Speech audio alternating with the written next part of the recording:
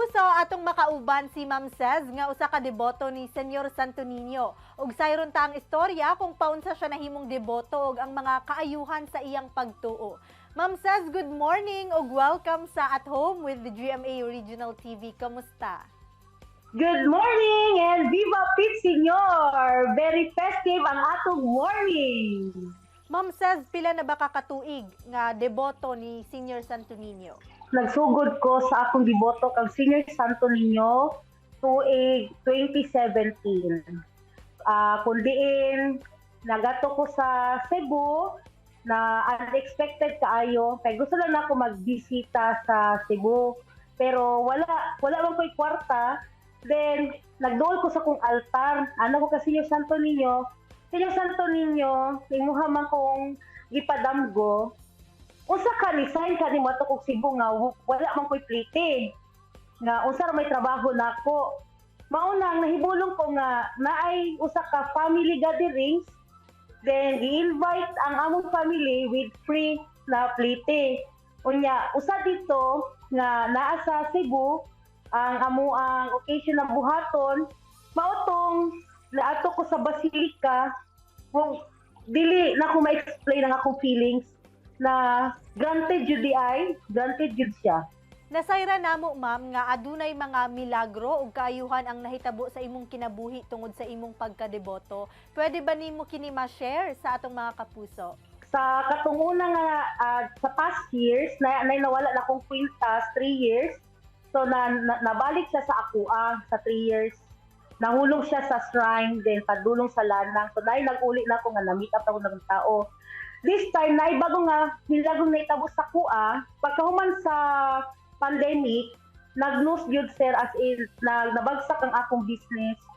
Pero, dili ko siya nahimong time na para mubuhi ko sa akong pagtuo.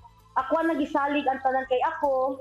Dako kong pagtuo nga, kung naay mga things nga nawala nimo, kung naay nagsarado, naay mag-abri na bagong opportunity. So wala ko nag-expect sir nga naay nag-contact sa diri sa Kwaitser na kwaon ko nila as isa sa ilahang cake decorator and cake designer. Ma'am, among nahibaluan nga daghan kag mga collection sa imahen ni Santo Niño ug imo pud kining gipanganlan? Dahil mga pangalan akong mga ninyo kay kumbaga ginabutangan ako sila og ngalan para handumanan ba na unsa ni siya na career ang niabot sa kuha. Kung asa ko nagtrabaho o asa ko ni adto aning tayma, at least makita nako na naay opportunity nga nag-adto sa asa kong na field. Ibutang nako sa ilang ngalan kay gikan to sa konsildo nga akong pagpalit sa ilaha. So sobre nahandumanan jud ako sa career nako man ipangalan nako asot sa lugar nako gipalit.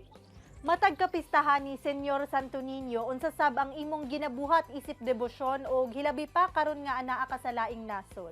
Ang ginahimo nako ron sa pagkakaroon ng God kanang wala ko din sa Pilipinas na ako din sa gawas. So naa jud differentiate na buhaton kay lahi man sa atoa kay lay pista.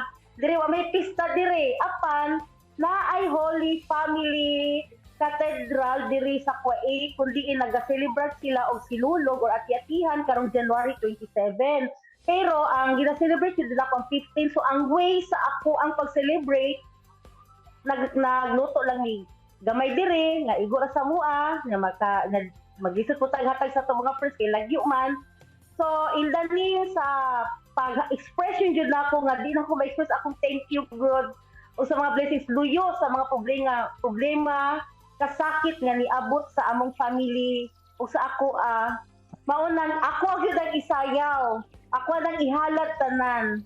Thanksgiving na siya behind nga kanang ang likod aning imahe ni Senior Santo Niño na ani siya meaningful sa ako na ginapakita nako ang akong big thank you and love sa akong faith. Ma'am Cez, unsang mensahe ang imong mahatag sa atong mga kapuso nga nagatanaw karon? Sa tanan na taga Mindanao or worldwide, nationwide na makakuan sa ako ang makaabot sa ako ang istorya, ang ako ay pasulti sa inyo ha. Ug unsa may muagi na pagsulay sa inyuha. Dili na siya nagbuot pa sabot na failure na kasi mong life.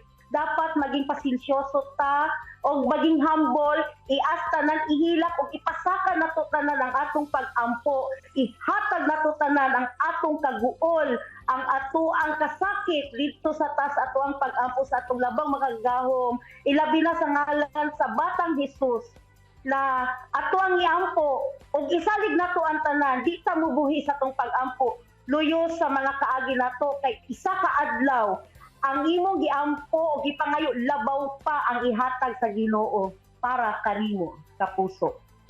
Daghang salamat sa time nga imong gihatag kanamo, Ma'am Cez. Amping kanunay.